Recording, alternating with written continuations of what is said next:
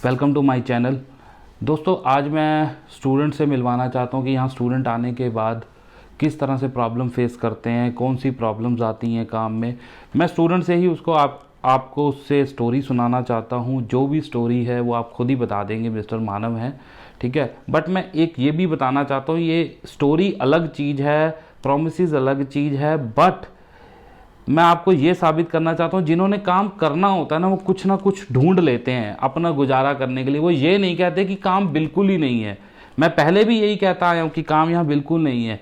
But जिसने survive करना है, अपने घर से पैसे नहीं मंगवाने और किसी पे डिपेंडेंट नहीं रहना, वो आदमी अपना जरिया ढूंढ लेता है कि मुझे यहाँ कुछ करना है, ठीक है।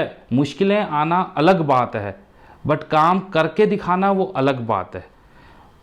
और ऐसे ही एक मिसाल समझ लीजिए, जिसने आके स्टूडेंट वीज़ा पे यहाँ पे काम किया है।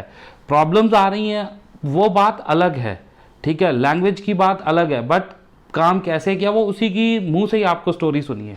नमस्कार जी, मेरा नाम मनी, मैं ਅੰਮ੍ਰਿਤਸਰ ਤੋਂ।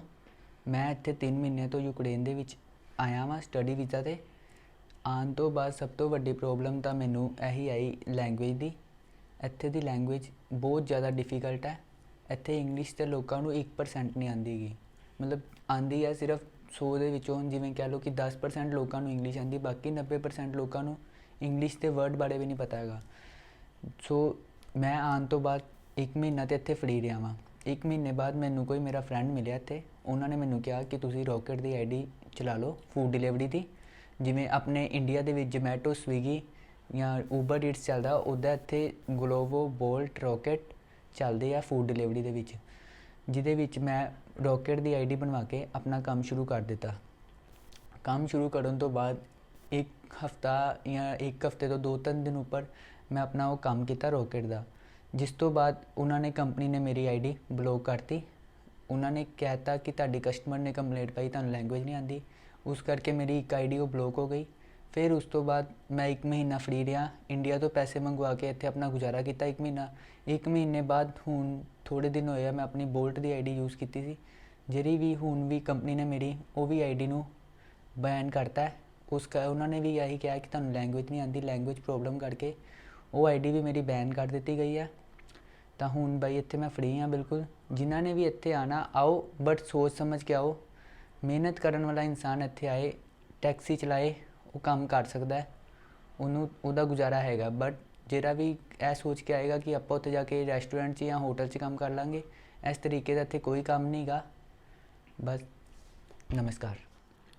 अगर आप लोग ये सोच कर आ रहे हो कि यहाँ आने के बाद ठीक है हम वर्क परमिट पे आए, आपको वेटर की जॉब मिल जाएगी, आपको किसी और तरह की जॉब मिल जाएगी। फ़र्स्ट ऑफ ऑल, कोई भी रेस्टोरेंट्स के अंदर जब तक आप रशियन नहीं बोल सकते, यूक्रेनियन नहीं बोल सकते, आपको कोई भी रेस्टोरेंट एंटरटेन नहीं करेगा।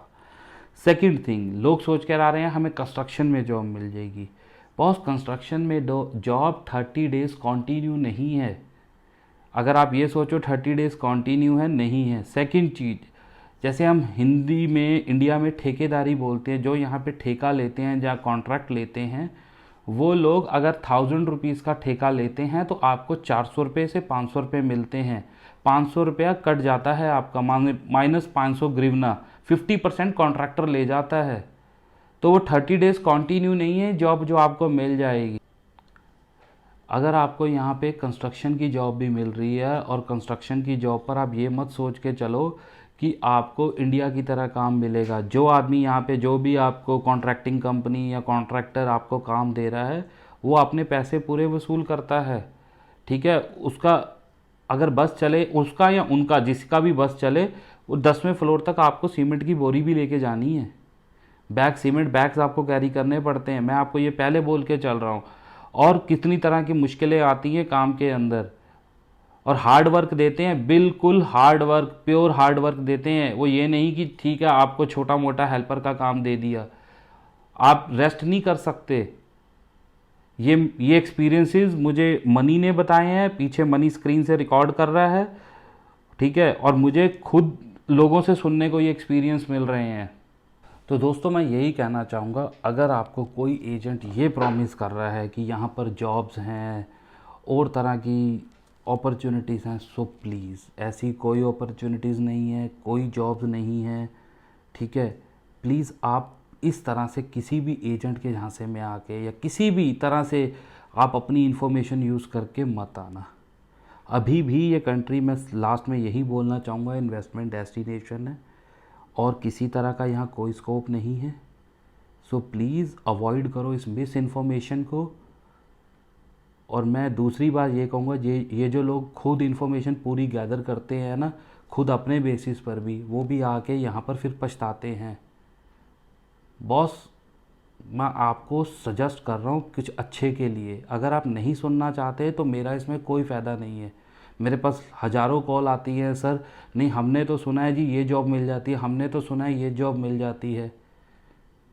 बॉस, अगर मैंने यही काम करना हो तो मैं कितने आदमियों को बुला लूँ, पर यहाँ जॉब्स नहीं है। मजबूरी में आप कुछ भी कर सकते हो। अब मजबूरी में तो आप कंस्ट्रक्शन का काम भी कर सकते हो। यहाँ कंस्ट्रक्शन का काम लोग मजबूरी में कर रहे हैं, बट उसमें भी पता नहीं है ना इमिग्रेशन कब आपको तंग करे। आपकी स्टूडेंट आईडी, ठीक है वर्क परमिट पे तो आप कर सकते हो, स्टूडेंट आईडी पे तो आप बिल्कुल भी नहीं कर सकते। अगर आप अब आपकी एज ही 40+ है, कंस्ट्रक्शन का आप यहाँ पर आके काम करोगे, वो 2 दिन मिलेगा, 4 दिन मिलेगा ही नहीं। वो कोई कॉन्टीन्यूटी तो है नहीं जॉब के अंदर कि आप ये सोच के आ रहे हो जी हाँ जी हमें 100% जॉब मिल चुकी है। मैं आप लोगों के भले के लिए समझाता हूँ, आप लोग फिर बार बार कॉल करके नए से नए क्वेश्चंस पूछते हो मेरे से, नए से नए चीज़ें मुझे बताते हो। भैया मैं आपको जो इन्फॉर्मेशन दे रहा हूँ कोई रीज़न है। मैं इस कंट्री में रह रहा हूँ, कुछ काम धंधा कर रहे हैं, तभी आप लोगों को इन्फॉर्मेशन हम दे रहे हैं। सो प्लीज़ अगर आपको इन्फॉर्मेशन अच्छी लगे, समझ लगे, तो इसको इम्प्लीमेंट कर लेना और चैनल को सब्सक्राइब कर देना। Thank you.